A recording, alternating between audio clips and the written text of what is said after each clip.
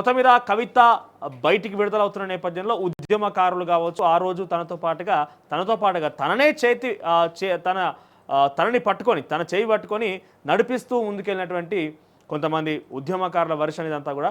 So చూద్దాం ఏం జరగబోతుంది, రేపటి రోజున రాజకీయాలు ఏం మారబోతుంది. చాలా క్లియర్గా గాదైనా చెప్పిన మాట ఒకటి మీరు అబ్జర్వ్ చేయాలి ఏంటంటే, కేసీఆర్ స్వయంగా తన నోటి వెంట చెప్పిన మాట ఏంటంటే రేపటి రోజున భవిష్యత్తు ఎవరిది, ఆయన ఎవరికి సపోర్ట్ ఇస్తారు, ఎవరైతే రాజకీయ భవిష్యత్తు బాగుంటుందని తన వారసురాలు ఎవరు అని అడిగినప్పుడు డెఫినెట్గా కవిత పేరు చెప్పుకొచ్చినట్ట. సో దీన్ని బట్టి చూస్తే ఏంటంటే రేపటి రోజున కనుక కుటుంబంలో అంతర్గత కలహాలు కనుక ఏర్పడైతే డెఫినెట్గా కవిత వైపే కేసీఆర్ ఉంటాడని చాలా సుస్పష్టంగా గాదిన్నయ్య గారు చెప్తున్నారు. ఎస్, ఇక మన మార్నింగ్ న్యూస్లోకి వెళ్దాం.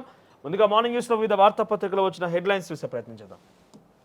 ఇక తొలి వెలుగు విషయానికి వస్తే తొలి వెలుగులో రేవంత్కు బీజేపీ సపోర్ట్, ఎమ్మెల్యే రాజాసింగ్ కీలక వ్యాఖ్యలు. ఇక సేమ్ కుక్కలు, ఒకే కలర్ కుక్క పిల్లతో ఫోటోలు దిగిన కేటీఆర్, రకుల్ ప్రీత్ సింగ్. సోషల్ మీడియాలో పాత ఫోటోలు వైరల్. తప్పేమున్నది, సేమ్ కుక్కతో దిగొద్దా? దొరకాయా బయట? ఎం శ్రీకాంత్, దొరుకుతాయా సేమ్ బ్రీడ్ సేమ్ కలర్ కుక్కలు? ఇక ఎవరిని వదల, నేను జగమొండిని. ఇందాక గాదిన్నయ్యని అదే అడిగినాం మనం. తను ఎవరిని వదల అంటుంది, చెండాడుతా అంటుంది, ఏమంటారు వడ్డీతో సహా చెల్లిస్తానంటుంది. మరి ఎవరికి చెల్లిస్తుంది? ఈడీ అరెస్ట్ చేసినందుకు ఈడీ అధికారుల మీదనా, సిబిఐ అరెస్ట్ చేసినందుకు సిబిఐ అధికారుల మీదనా, ఇక్కడ తిహార్ జైల్లో వేసినందుకు తిహార్ జైలు అధికారుల మీదనా? ఎవరి మీద చెల్లిస్తుందో చూడాలి. ఇక్కడ చూస్తే ఇంకా ఫోటో ఇక్కడ అబ్జర్వ్ చేయాలి అంటే డెఫినెట్గా తను మాటలు రాజకీయంగా తన యొక్క ఐడియాలజీ ప్రకారంగా ఎంతమంది విభేదించి అన్ని చేసినా కూడా ఒక ఆడబిడ్డ మనకి ఎన్ని రోజులు మన ముందు తిరిగిన ఆవిడ, కొన్ని కోటాను రూపాయలు ఖర్చు పెట్టి మన తెలంగాణ సొమ్మును మొత్తం ఖర్చు పెట్టి బతుకమ్మ ఆడిన ఆవిడ, బతుకమ్మను చప్పట్ల నుంచి పాటల నుంచి కాస్త డీజే పాటలతోని మారుమోగించి బతుకమ్మ అంటేనే ఆవిడ అన్నటువంటి ఆవిడ ఏడవడం అనేది కొంత ఇబ్బంది కలిగించింది వార్త. డెఫినెట్గా కొంత ఇబ్బంది పడ్డాం. నిన్న మా ప్రతినిధితో కూడా బీఆర్ఎస్ పార్టీ భవన్ వేదికగా రిపోర్టింగ్ చేస్తుంటే ఒక బీఆర్ఎస్ నాయకుడు వచ్చి ఒక మాట అన్నాడు. డెఫినెట్గా ఆ మాట అన్న తర్వాత గుండెల్లో ఒక్కసారిగా బాంబు వెళ్ళినట్టు అయింది. ఏమన్నాడంటే బతుకమ్మకే ప్రతీక కవితమ్మనంట. బతుకమ్మ అనే ఒక మనం దైవంగా కొలిచేటువంటి పూల పండుగకి దానికి ప్రతీకనే కవితమ్మనంట. అంతకుముందు ఎవరు బతుకమ్మ నడుపుకోలే, ఇక బతుకమ్మ జరుపుకోలే. ఒక్కసారి చరిత్రలోకి పోతే బతుకమ్మ అనే పండుగ ఎవరు జరుపుకున్నారు? దొరల ఆగడాలని, దొరల పెత్తందారీ వ్యవస్థని, దొరల యొక్క చిత్రవదల్ని నిరసిస్తూ మహిళలందరూ కూడా ఒక చోటకు చేరుకొని బతుకమ్మ పండుగ ఆడుకునేది. మరి ఆ దొర గడిలో పుట్టినటువంటి కవితక్కనే మళ్ళీ బతుకమ్మ ప్రతీక అన్న తర్వాత ఈ సామాన్య మధ్యతరగతి జీవితాలు, ఈ బహుజన సిద్ధాంతాలు వీళ్ళందరూ ఏమైపోవాలి? హార్ట్ అటాక్ వచ్చి వాళ్ళ పరిస్థితి ఆగమైపోతుంది మాటిన తర్వాత. బతుకమ్మకే ప్రతీకనట కవితమ్మ అంటే. సరిగా వాళ్ళ ఇష్టం, వాళ్ళ అభిమానం, మనం ఏం చేస్తాం. ఇక పక్కనే పాత బస్తీల అమ్మవారి విగ్రహాల ధ్వంసంపై మాధవిలత ఫైర్, బిడ్డ ఓవైసీ కాస్కో. ఎప్పుడైతే అట్రాక్షన్ ఉంటుందో, ఎక్కడైతే మీడియా వెళ్తుందో, ఎక్కడైతే తనకు మంచి ఫేమ్ వస్తుందో, సరే ఇక్కడ విగ్రహాల విషయంలో డెఫినెట్గా ఎవరు కూల్చారో అంతు తేల్చాలి, అరెస్ట్ చేయాలి, అవసరమైతే కఠిన శిక్ష వేయాలి, డెఫినెట్గా వద్దనట్లేదు. కానీ కోల్కతాలో ఘటన జరిగింది, మహిళపై ఒక జూనియర్ డాక్టర్పై అత్యాచారం జరిగింది. ఏడా మాట్లాడింది మాధవిలత వచ్చి? మాట్లాడాలి కదా మాధవిలత, కనీసం స్పందించాలి కదా. ఒక ఎంపీగా పోటీ చేసిరు మీరు, మొత్తం దేశాన్ని పరిపాలిస్తే అవసరమైతే ముఖ్యమంత్రిని అయితేనేమో, అవసరమైతే ప్రధానమంత్రిని అయితేనేమో అని కెమెరా ముందు రాగానే మైకు దొరకంగానే మనం మా మాటలు మాట్లాడడానికి సరిపోదు, దానికి తగ్గట్టుగా పని కూడా చేయాలి, దానికి తగ్గట్టుగా మాటలు కూడా మాట్లాడాలి. ఇన్ని కూల్చివేతలు జరుగుతున్నాయి. నాగార్జున కన్వెన్షన్ గూలగొట్టిరు, ఇంకో దగ్గర కనీసం హైడ్రా గురించి ఒక మాట మాట్లాడగల, ఫాతిమా కాలేజీ గూలగొడతామనేసరికి రాజకీయంగా మళ్ళీ తెర మీదకి వచ్చింది కాబట్టి మళ్ళీ మాట్లాడుతున్నారు. ఎక్కడైతే అటెన్షన్ దొరుకుతుందో అక్కడే మాట్లాడతారు అనేది నెటిజన్స్ అనుకుంటున్నారు. మనం స్పెషల్గా చెప్పాల్సిన పని లేదు, వాళ్ళకి తెలుసు అంతా. ఇక నేడు జన్వాడ ఫామ్ హౌస్ కూల్చివేత, ఇతర ఫామ్ హౌస్లు కూల్చివేత. నేడు తరలి రానున్న బుల్డోజర్లు, కొలతలు వేసిన ఇరిగేషన్ అధికారులు. ఓవైసీపై హైడ్రా పంజా. అయితే అక్కడ కాలేజ్ ఉన్నది కదా, ఆ కాలేజీని కనుక హాలిడేస్లో మీకు మీరు కూల్చేయండి, అక్రమాన్ని ఎంతో చెప్పి, లేదనంటే హాలిడేస్లో మేమే కూల్చేస్తామని తేల్చేసింది హైడ్రా. ఇక సంచలనం సృష్టించబోతున్న హైడ్రా. ఇది తొలివెల్లో మెయిన్ హెడ్లైన్స్గా ఉన్నాయి. ఇక ఈనాడు విషయానికి వస్తే ఈనాడులో అర్హులకు రేషన్ ఆరోగ్య కార్డులు సెప్టెంబర్ 17 నుంచి ప్రజాపాలన. గతంలో ప్రజాపాలన దరఖాస్తులను పెట్టి అభయాస్తం పేరిట దరఖాస్తులు తీసుకుపోయి పాంటీలకు ఇచ్చిరనేది ఒక ఆరోపణ. పాంటీలలో ఇచ్చిరు, రోడ్ల మీద బాలనగర్ ఫ్లైఓవర్ మీద చూసినాం కదా, బాలనగర్ ఫ్లైఓవర్ కదా అది, బాలనగర్ ఫ్లైఓవర్ మీద ఒక వ్యక్తి తీసుకుపోతుంటే కట్టలు అభయహస్తం పేపర్ అప్లికేషన్లు ఆ రకంగా విడిగా ప్రైవేట్ పర్సన్ తీసుకుపోవడం చూసినాం. మనంటే మన వ్యక్తిగత సమాచారాన్ని గోప్యంగా ఉంచాల్సిన సమాచారాన్ని బట్టబయలు చేసి బజార్లో పడేసిన ప్రక్రియ చేసిర్రు. మరి మళ్ళీ దరఖాస్తు తీసుకుంటాడు. మళ్ళీ దరఖాస్తు దేనికి? ఆరోగ్యశ్రీ కార్డులకు ఉన్న రేషన్ కార్డుల కార్డు. మరి మొన్న తీసుకుని ఏం చేసిర్రు? మొన్న వెయిటింగ్ తీసుకున్నారు సార్. మొన్న తీసుకున్నానికి ఏమైనా పరిష్కారం ఉన్నదా? మీరు దాంట్లో రుణమాఫీ అని అన్నారు. రుణమాఫీ మళ్ళీ అప్లికేషన్ తీసుకున్నారు. మళ్ళీ బ్యాంకర్ల దగ్గరికి పోయి మళ్ళీ కథ చేసిర్రు. దాంట్లో ఆ రేషన్ కార్డుకి సంబంధించిన రేషన్ కార్డు అయిందా? గృహలక్ష్మి అంటే గృహలక్ష్మికి ఇంకా కేవలం ఇప్పటివరకు అయిన 30 లక్షల కుటుంబాలకే, 30 లక్షల ఇండ్లకే, ఇంకా చాలా ఇండ్లు ఉన్నాయి. అర్హత కలిగినటువంటి చాలా ఇండ్లు ఉన్నాయి. వారందరికీ అర్హత ఏ రకంగా మీరు పొందుపరచగలుగుతారు? ఏ రకంగా ఇవ్వగలుగుతారు? వీటికి సంబంధించిన అంశాలు లేవు. మళ్ళీ అప్లికేషన్లు తీసుకుంటాడ. మళ్ళీ ఇక అందరు ఊళ్ళలోకి పోవాలి, మళ్ళీ అప్లికేషన్లు ఇవ్వాలి, అధికారులు రావాలి, అది ఇవ్వాలి. మళ్ళీ అది అయ్యేదేనడో పోయేదేనడో. ఇక కవిత విడుదల. ఢిల్లీ మద్యం కేసులో బెయిల్ మంజూరు చేసిన సుప్రీంకోర్టు.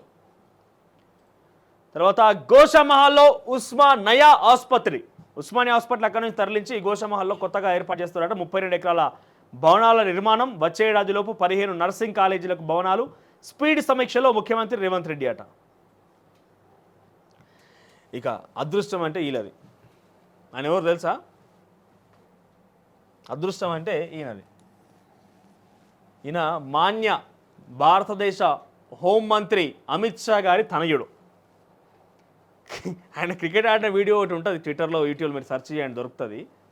ఏం మొత్తం అసలు అక్కడ క్యాప్టెన్ ఇప్పుడు ఎవరున్నారు? ఇండియన్ క్యాప్టెన్ ఎవరున్నారు? రోహిత్ శర్మని తొలగించేసి ఆ ప్లేస్లో పెట్టినా కూడా మనకు కప్పు తీసుకొచ్చే అవకాశం ఉంటుంది. అంతటి గనుడు ఆయన. బాల్ పడితే బాల్ని ఏమంటారు, బ్యాట్ బట్టి బాల్ని కొడితే బ్యాట్ రుక్కుతుంది బౌండరీ అవతలకి, బాల్ కాదు. ఆయనకి బీసీసీఐ సెక్రటరీ కాకుండా, ఇక్కడ మన భారతదేశానికి సంబంధించి సెలెక్టర్ కాకుండా ఐసీసీ చైర్మన్కి ఇచ్చారు. ఇప్పుడు ఇంటర్నేషనల్ క్రికెట్ కమిటీకి చైర్మన్కి ఇచ్చారు. ఏకగ్రీవంగా ఇంటర్నేషనల్ క్రికెట్ కమిటీకి చైర్మన్గా అర్హత ఇచ్చారు. అంటే ఇంత పెద్ద క్రికెటర్, ఇంత పెద్ద అవగాహన ఉన్న వ్యక్తి, వైడ్కి నోబుకి అంటే ఇట్లాంటి కొన్ని టెక్నికల్ టర్మ్స్కి అంత పూర్తిగా అవగాహన, ఒక డిక్షనరీ తయారు చేయగల వ్యక్తికి ఐసీసీ క్రికెట్ చైర్మన్ ఇచ్చారు అనేది నెటిజన్స్. అండ్ నాకు చైర్మన్ రాగానే ట్విట్టర్లో పెడతారు కదా, ఆ తర్వాత కింద మనం ఒకసారి కామెంట్స్ చూస్తే అర్థమవుతుంది ఏమైంది, ఎవరెవరి అభిప్రాయం ఎట్లా ఉందనేది. నేను చెప్తున్నా కదా, ఆయన బ్యాట్ బట్టి బాల్ని కొడితే బాల్ కాదు బౌండరీ దాటేది, బ్యాటే దాటుతుంది. అంతటి సూపర్ బ్యాట్స్మెన్ ఆయన. అదృష్టం రాసిపెట్టి ఉండాలే. ఇక కేటీఆర్ ఆధీనంలోకి ఫామ్ హౌస్ను పరిశీలించిన అధికారులు. బుల్కాపూర్ నాలా ఆక్రమణలపై నేడు పూర్తి స్థాయిలో సర్వేకు నిర్ణయం. నాలా, ఫిరంగి కాల్వ, ఎఫ్టీఎల్ పరిధిలోకి కట్టడాలు వస్తే చర్యలు తీసుకుంటామన్న హైడ్రా అధికారులు. వచ్చినాయంట.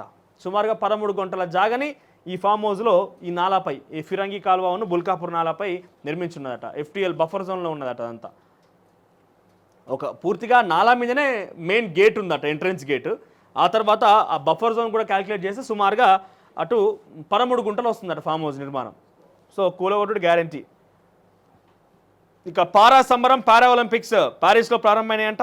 ఇక కోల్కతాలో తీవ్ర ఉద్రిక్తత, సచివాలయం ముట్టడి హింసాత్మకం.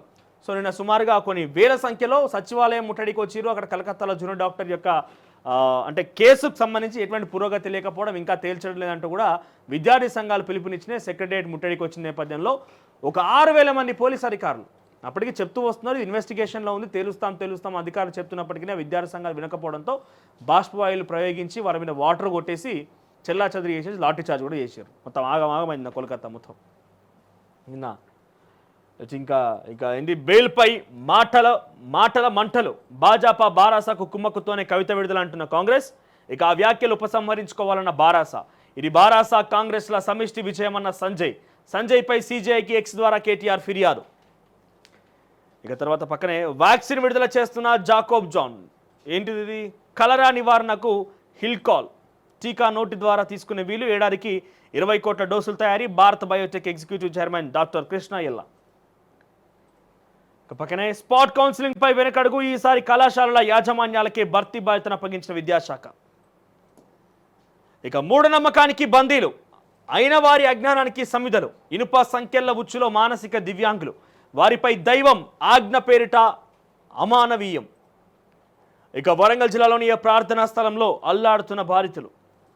వాళ్ళకు కొంత మతిస్థిమితమో లేకపోతే కొంత డిజార్డర్గా ఉండగానే వెంటనే తీసుకుపోయి అక్కడ ప్రార్థనా స్థలంలో వదిలేసి వస్తున్నారట. ఇక ఆంధ్రజ్యోతి హెడ్లైన్స్ చూద్దాం. ఆంధ్రజ్యోతిలో చూస్తే కవితకు బెయిల్. ఢిల్లీ మద్యం కేసులో మంజూరు చేసిన సుప్రీంకోర్టు. తిహార్ జైలు నుంచి విడుదల. తన కుమారుడితోని వచ్చి రాగానే బయటకు వచ్చిన తర్వాత కొంత ఎమోషనల్గా కనబడుతున్న ఫోటో అది. ఇక పక్కనే అడుగుతున్నారంట ఎవరు, కేసీఆర్ ఫోన్లో మాట్లాడంట కవితతోని. బిడ్డ ఎట్లున్నావు, కుమార్తెకు ఫోన్లో కేసీఆర్ పలకరింపు. నేడు హైదరాబాద్కు రానున్న కవిత, మాకు టైం వస్తుందన్న కవిత వడ్డీతో సహా చెల్లిస్తుందట. ఇక కాంగ్రెస్ బీఆర్ఎస్ క్విట్ ప్రోకో, ఆ రెండు పార్టీల సమిష్ట కృషితోనే కవితకు బెయిలంటున్న బండి సంజయ్.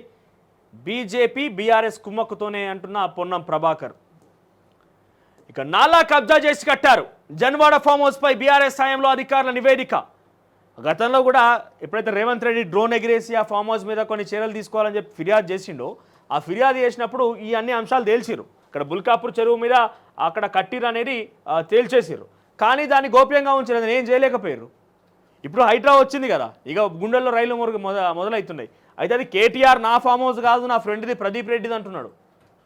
ఇక 17 నుంచి ప్రజాపాలన, రేషన్ కార్డులు, హెల్త్ కార్డుల ఎజెండా, మళ్ళా దరఖాస్తులట. ఇక ఆపరేషన్ మూసి 12,000 కుటుంబాల తరలింపు, సర్వం సిద్ధం చేసిన ప్రభుత్వం. నిరాశ్రయులకు పక్కా ఇల్లు, తరలింపు వేళ ప్రత్యేక ఆర్థిక సహాయం, పట్టా భూములున్న వారికి పరిహారం. టీడీఆర్ బాండ్లు, ఉపాధి అవకాశాలు, ఇప్పటికే పూర్తయిన ఇంటింటి సర్వే, నిధుల కోసం రుణం, ఎన్నికల నాటికి ప్రాజెక్టు పూర్తి అట. ఇక కలరాకు ఓరల్ టీకా, తర్వాత మాఫీ ప్రక్రియ మధ్యలో ఉంది. వారం 10 రోజుల్లో ఇంటింటి సర్వే పూర్తి, రేషన్ కార్డు లేని రైతులను గుర్తిస్తాం, మరో 18,000 కోట్ల వారి ఖాతాల్లో జమ చేస్తామన్న మంత్రి తుమ్మల వెల్లడి. ఇంకా 18 కోట్లు వేయాలి ఏకంగా మంత్రి తుమ్మల నాగేశ్వరరావు చెప్తున్నాడు. అంటే ఇంకా సగానికి పైగా వేయాలి. ఇక శిశు విహార కేంద్రంలో కలెక్టర్ కుమార్తె, కుమరం భీం జిల్లా కలెక్టర్ వెంకటేష్ ఆదర్శం.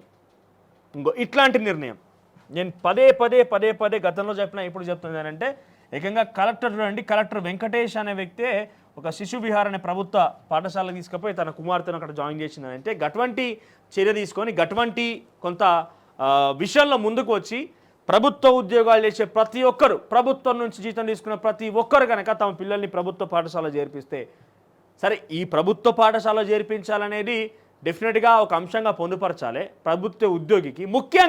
మరీ ముఖ్యంగా దాంట్లో ప్రభుత్వ టీచర్లుగా పనిచేసేవారు, ప్రభుత్వ ఉపాధ్యాయులుగా, ప్రధాన ఉపాధ్యాయులుగా, ఉపాధ్యాయురాలుగా పనిచేసేటువంటి ప్రతి ఒక్కరి పిల్లల్ని కనుక ఈ ప్రభుత్వ పాఠశాలలో, ప్రభుత్వ కాలేజీల్లో చేరిస్తే కనుక అప్పుడు ఈ ప్రభుత్వ స్కూల్ మెరుగుపడతాయి. అప్పుడు ఎందుకు బాత్రూమ్లు ఉండయి, ఎందుకు కరెక్ట్గా ఫుడ్ ఉండదు, ఎందుకు వాళ్ళ మెయింటెనెన్స్ ఉండని చాలా స్పష్టంగా అర్థమవుతుంది. ప్రతి ఒక్కరిని ప్రభుత్వం వాళ్ళు మ్యాండేట్గా పెట్టాలి. వాళ్ళకి ఏదైతే ఇప్పుడు డిఎస్సి పెట్టి, టెట్ పెట్టి, డిఎస్సి పెట్టి చేస్తున్నారు కదా, తర్వాత నోటిఫికేషన్ ద్వారా వారు రిక్రూట్ చేసుకుంటారో అందులో ఒక కాలం మెన్షన్ చేయాలి. మీకు పుట్టబోయే పిల్లల్ని, లేకపోతే మీకు పుట్టిన పిల్లల్ని ప్రభుత్వ పాఠశాలలో జాయిన్ చేస్తేనే మీకు ఉంటుంది, లేని జడలా అనే ఒక అంశాన్ని పొందుపరిస్తే అప్పుడు ఈ స్కూళ్ళు బాగుపడతాయి, ప్రభుత్వ స్కూల్ అనేది మెరుగుపడతాయి. సో డెఫినెట్గా కుమరం జిల్లా కలెక్టర్ వెంకటేష్కి హ్యాట్స్ ఆఫ్ చెప్పొచ్చు.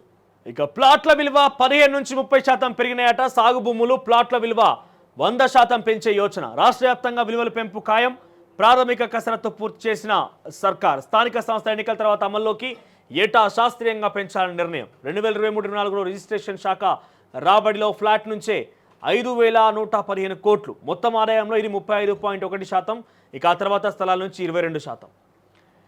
ఇక కంటి గుండా మెదడుకు సర్జరీ, ఎండోస్కోపిక్ లాటరల్ ట్రాన్స్ ఆర్బిటల్ విధానంలో మెదడులో కణితి తొలగింపు.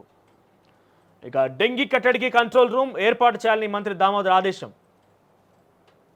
సో డెఫినెట్గా ఇది మంచి వార్త.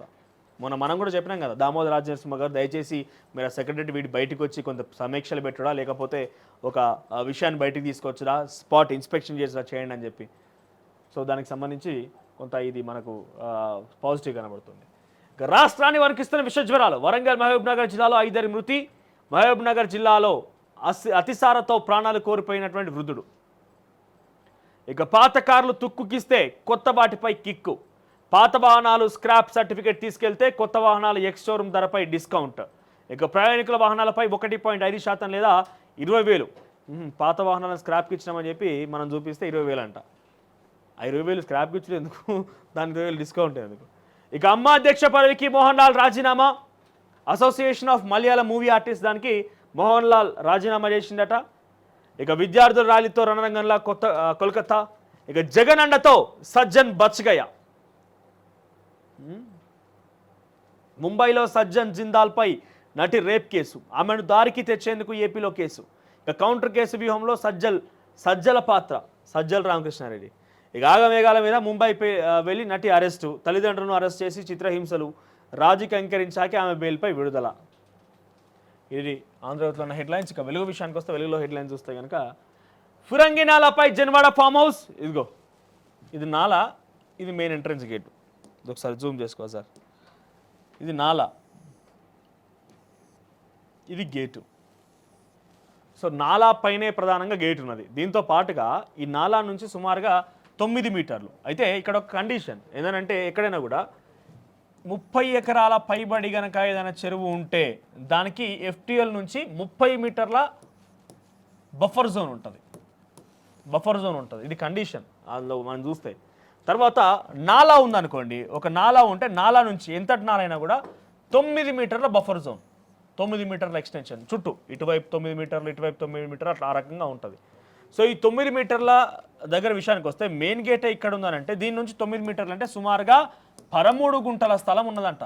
కేటీఆర్ ఆక్రమించిన దాంట్లో, కేటీఆర్ ఆయన చెప్తున్న మాటల్లో కేటీఆర్ లీజ్ తీసుకున్నటువంటి ఫామ్ హౌస్లో. ఇక ఫిర్యాదు వస్తే 111 పరిధిలోకి ఎంటర్ అవుతాం. FTL పరిధిలో ఉంటే మంత్రుల ఇండ్లైనా కూల్చేస్తాం. ఎస్, అది గొప్పతనం. ఇక హైడ్రాపై హైకోర్టుకు బడా బాబులు. ఇప్పటికే 200కు పైగా పిటిషన్లు. మొన్న జన్వాడ ఫామ్ హౌస్పై కేటీఆర్ అనుచరుడు. తాజాగా నీలిమ విద్యా సంస్థలపై హైకోర్టుకు పల్లరాజేశ్వరరెడ్డి.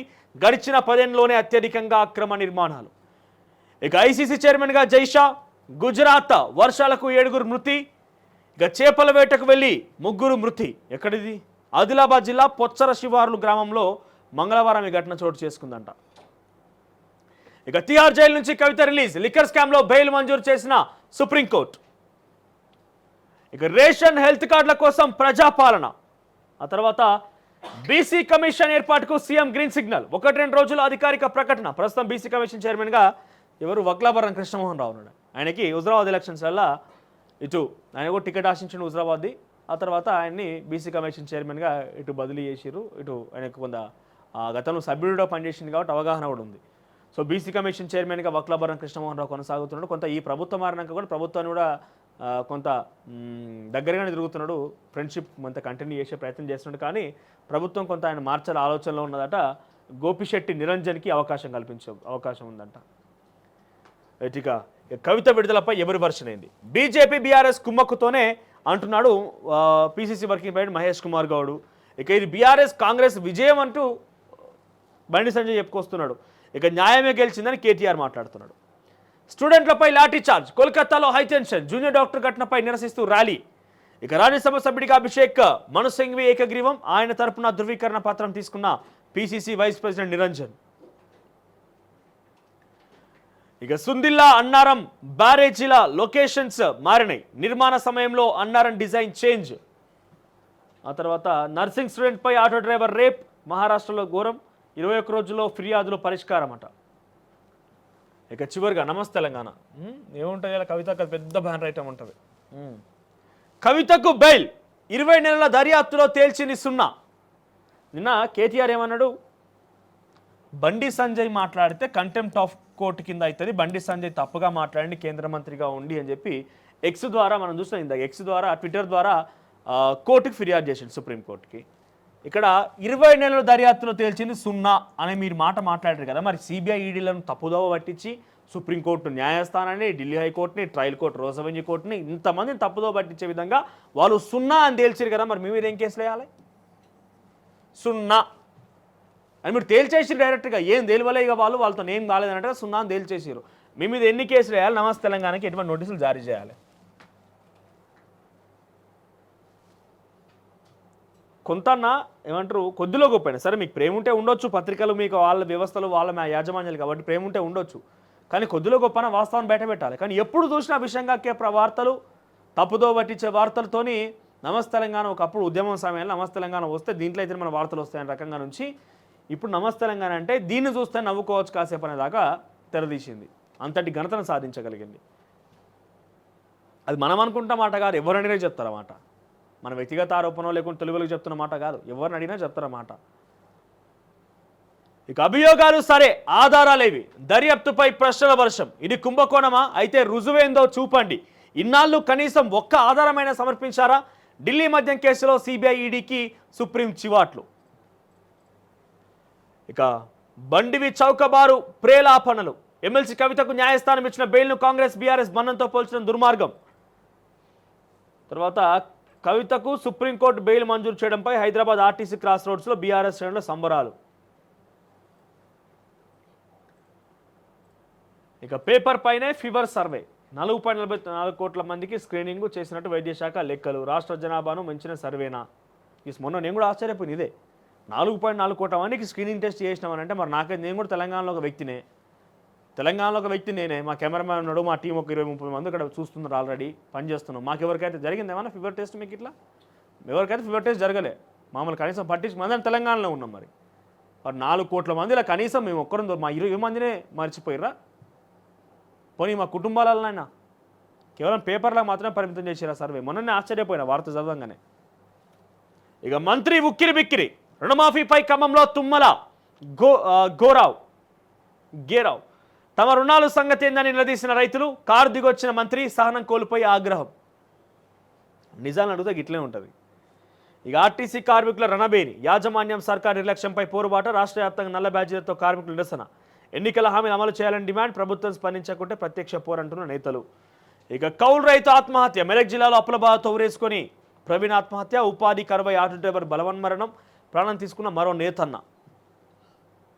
ఇక జన్వాడలో హై డ్రామా, ఫామ్ హౌస్ కూల్చివేస్తారని ఒక సెక్షన్ మీడియా అత్యుత్సాహం, బుల్కాపూర్ నాలా హద్దు నిర్ధారణకు యంత్రాంగం కసరత్తు.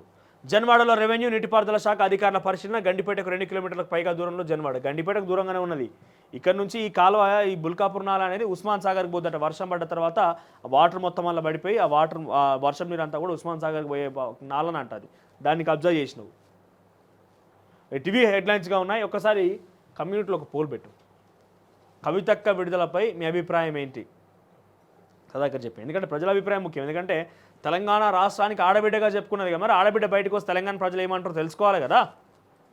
తెలంగాణ ప్రజానికం ఏమనుకుంటున్నారో, తెలంగాణ ప్రజానికం అభిప్రాయం ఏంటనే విషయాన్ని తెలుసుకోవాలి. కాబట్టి తెలంగాణ ప్రజలారా, చూసేటువంటి తెలుగు వెలుగు వ్యూవర్స్, మీరేం చేస్తారంటే కవితక్క బయటికి విడుదలయ్యే విషయంపై మీరేమనుకుంటున్నారు, మీ అభిప్రాయం ఏంటిది?